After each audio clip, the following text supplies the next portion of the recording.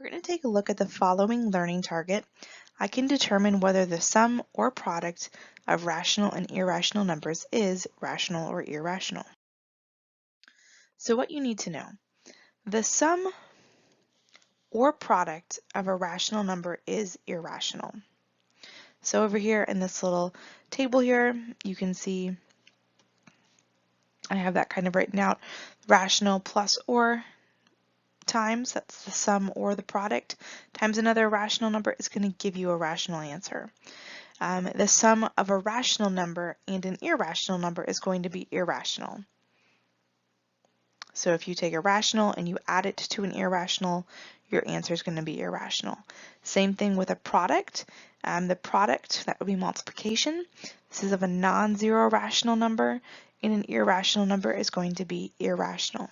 We say non-zero because if you were to multiply a zero by any number, whether or not it's rational or irrational, you're going to get zero as your answer. So any number other than zero.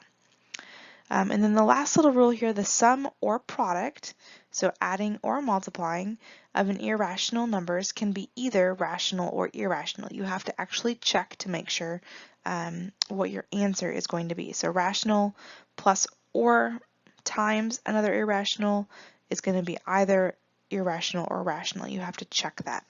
So we can say that a rational number, or that rational numbers are closed under addition and multiplication. So that is referring to our first little rule here that we have. Okay, so what that means when it's closed is that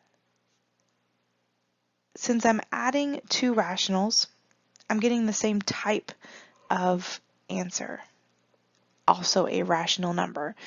So when you start with the same set of numbers, those sets being all of the rationals, when you end in that same set, we say that it's a closed set, as opposed to down here, this last option is irrational plus an irrational could be either. So if you were to get an answer of rational here, that would not be closed because we're ending in a different set than what we started with. And just in case you need a little refresher on the types of numbers, all of these numbers in the entire rectangle are real numbers, and then we have our rational numbers and our irrational numbers. Remember, irrational numbers are numbers like pi, those decimals that never repeat, and there are square roots that are not perfect squares. Rational numbers are numbers that can be written as ratios, and then those include the integers, our whole numbers, and our natural numbers. So let's look at a couple examples here. So the first one says the sum, that's when we're adding. So the sum of 1/2 and 2. So we're adding 1/2 and the square root of 2. And I want to know what type of number do I get? Well, we can actually go ahead and plug this in the calculator. Or if you think about it, the square root of 2 is an irrational number because this is not a perfect square. Here's a rational number. Our rule said if we added a rational to an irrational, that my answer was also going to be an irrational number because the square root of 2 isn't just magically going to change into a rational. Now the second example says the sum of these two numbers, so 0.0675 and 8, we want to know what type of number do we have.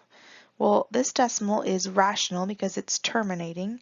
8 is also a rational number, so that means my answer is going to be rational.